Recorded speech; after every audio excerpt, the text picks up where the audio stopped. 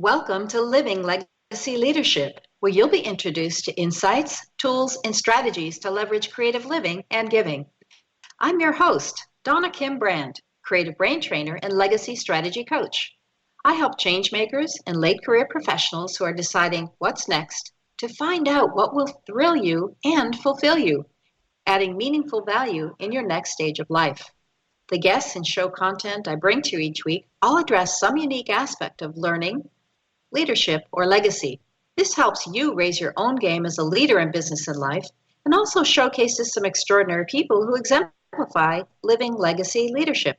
At least once a month, I also offer a training session to skill you in game changer thinking for your own application. So, get your notebook ready or sharpen up your memory by tuning in your attention, and we'll dive right in.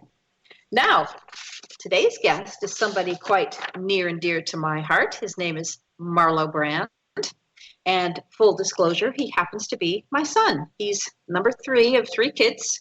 But I can't say he's my little son because he's 6'5" and a kind of larger than life personality.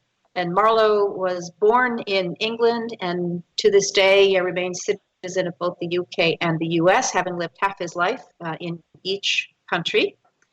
He's been an elite athlete in ice hockey and golf, and his academic focus over the years were in communications and international relations. And he is now into social media marketing and e-commerce solutions. He's currently business development manager with Locate, based in New York City. So welcome, Marlowe Brand. Thanks, Bob. Now, hey, Marlowe, I know I taught you kids to be independent and self-reliant, but, it's a mom thing. You still need to keep in some contact. So this is just one effort for me to be able to not only showcase you, but find out what's going on with you. So it's been, 3 years since you graduated from college, right? It has, yeah. What Very an adventure you've been on. Yep. So share with us how you ended up going from Florida to New York City. Sure. So, of course, you have all your internships and all of the fun stuff that you do over the summer in between your college years that you think is going to direct you one way in life. And then some chance happening or some kind of, experience that might even be somewhat out of the blue can direct you a completely other way. So that's sort of what happened with me. I think you remember I went on a little trip with my then girlfriend to New York, and I had an interview that was, honestly, the trip to New York was kind of in par with doing this interview. And I was like, well, I'm there, I'll do the interview. And I remember it was one of the more grueling interviews I had ever in my life. It was 2.5 hours of a hardcore classic sales, almost if you've seen Wolf of Wall Street, that type of environment interview. And you know what? It kind of got me excited. And I was staying in an Airbnb there that was in Williamsburg, Brooklyn. And what was quite funny is I put my now sales skills to the test immediately. They got offered the job on the spot. And I said, hey, if I end up moving here, I want to live in this room that I'm renting out right now, but full time. And I made friends with the guy that night. We went to a few bars. And he, at the end of the night, said, you know what, if you want to move to New York, you have a place to live. So 2 of the biggest things that you have to try and do after college in one of the hardest cities fell in my lap in one day. So place to live and a job. And that's kind of how I found my way to New York from Florida. Wow.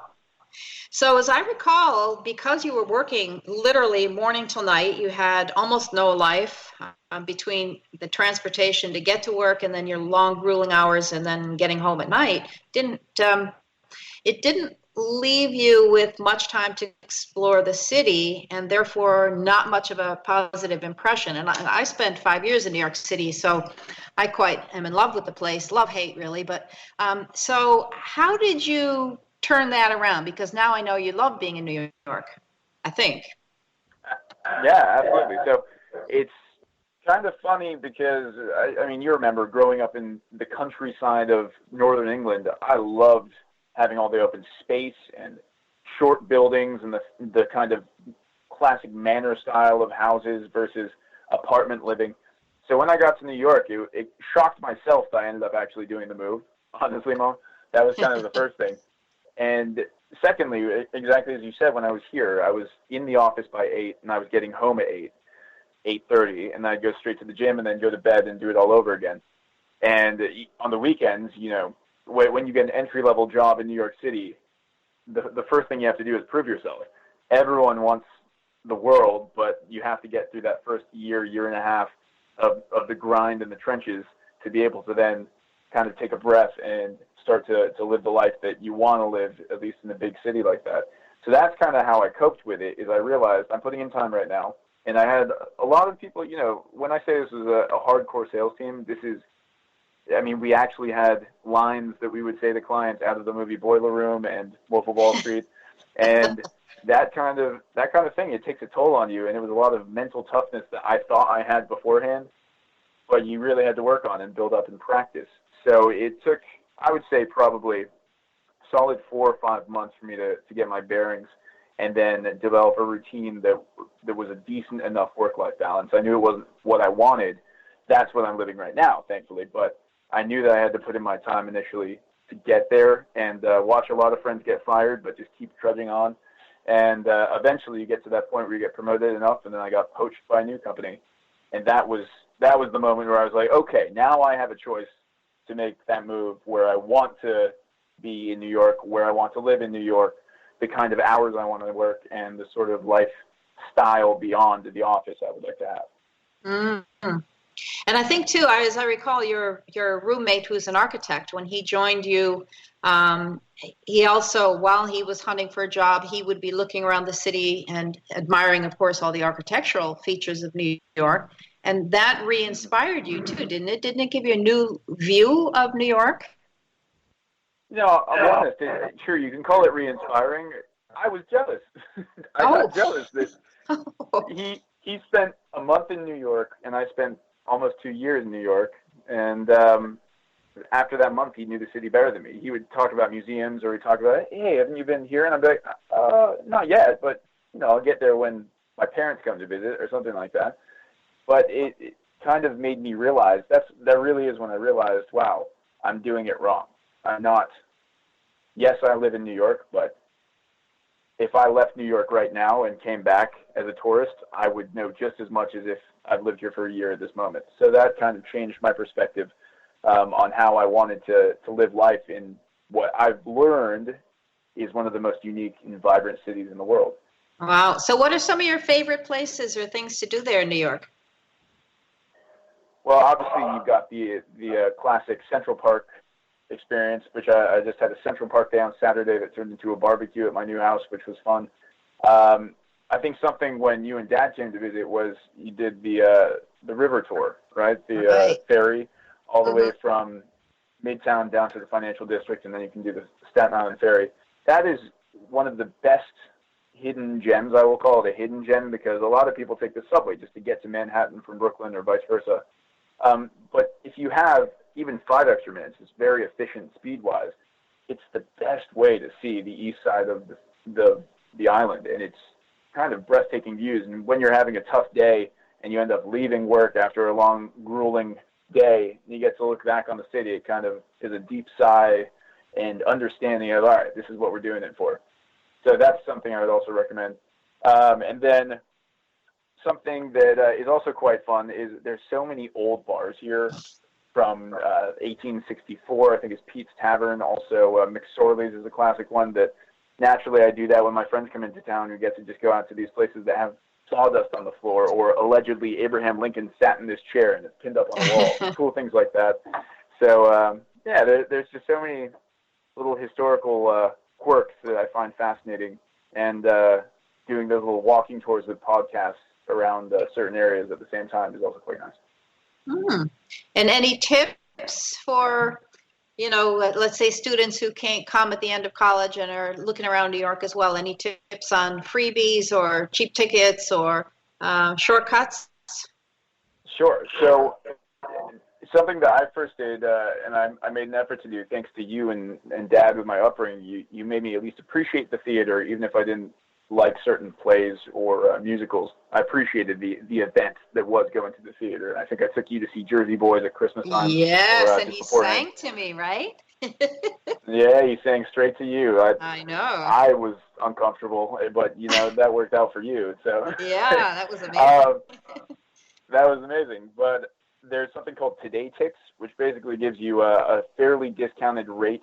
Of course, there's always going to be a service and handling charge, which almost doubles the ticket price. But instead of paying $300 for a well-known play, you could end up paying $150, which obviously could be a little break in the bank. But if you're doing a special night out, it's a worthwhile investment through that. And that's an app that you can get on your phone. Also, I would say having the Metro app and the Ferry app are so useful because you can just quickly, 30 seconds, oh man, I need a ticket, instead of waiting in line to actually get a physical ticket. It really saves a lot of time there. Also, tips for people who are coming out of college, moving to New York. Everyone thinks, and I kind of had this mindset when I was there, everyone thinks, oh, I have to live in Manhattan because I've seen Sex and the City. I watched all the movies. No one lives in Brooklyn except for Miranda, and who wants to be Miranda, right? So really, you kind of get to that point where you convince yourself that I have to be in Manhattan. Well, the real estate everywhere is going up, but it's still slightly cheaper and more economical to live a little deeper into Brooklyn. Let's say places like Bushwick or even places in Queens like Astoria. They're trendy spots with great restaurants and bars, and more than 3/4 of my office lives in Brooklyn right now, which is funny because I'm sitting in an office that's 1 block away from the Empire State Building on Park Avenue. So it's a very common thing to do that is very economical and gives you a whole other perspective of the city, which I actually think is going to be just as vibrant as Manhattan in the next decade or so. Wow. And you don't worry about crime or other sort of scary or creepy stuff in the big city? What? Any warnings? You know what? I mean, I can speak for myself. It does help being 6'5", and I like to think I work out enough that if I pop out my chest, I get left alone. But Yep. where I live, especially, I live right on the edge of Greenpoint in Williamsburg, which nice trendy area to be right now, on the western side of Brooklyn, northwest side of Brooklyn. I honestly feel like I could leave my bike out front and I'd be fine, which 10 years ago is not the case. Maybe even 7 years ago, not the case. There are always going to be pockets of crime, but I think something that Marina, who, for listeners, that's my sister, mom's oldest child, she always said when living in D.C., just walk with a purpose and no one bothers you. So Right. I think that's the tip. But of course, it is a city where crime does exist. Mm. Wow. Well, okay, so I'm going to shift gears a little bit. Thanks for all that. Very interesting. Sure. In terms of your work, you went into first social media marketing and now e-commerce. Obviously, it's a field that's changing every 2 minutes. So given that your background was in other things, how did you, what's your sort of inroads in there, and what is life like for you in the e-commerce field? So I love working in the e-commerce field. There was kind of this period right at the end of college when I had to decide, okay, am I going to go the financial route or am I going to go the tech route? And I thought over my internships, and you recall I did quite well as a financial advisor, but the most fun I had was working under Dan at Chill.com in the tech field, which ultimately got acquired by Tinder. And I was thinking, okay, the books I've read, yes, finance is happening, but even when I first started investing personally, was playing around with apps. And I was like, okay, let's go into this tech field. And then you go into social media, and even social media now, Facebook, with all the scandals it's having, is kind of relying on Instagram, and it has WhatsApp, which is true. But e-commerce is something that brick and mortar stores now are becoming somewhat obsolete. I can walk down Madison Avenue and find so many empty storefronts because High Street is going far away. And if there is some kind of high street, you can look at a model like Bonobos, for example. This is a clothing store that has brick and mortar stores. However, it only has one size of every item. So it has one of every item, and when you decide to buy it, they overnight ship it to you the next day. So it's this combo brick and mortar e-commerce, but mostly e-commerce when it comes to delivery. So is it a bubble?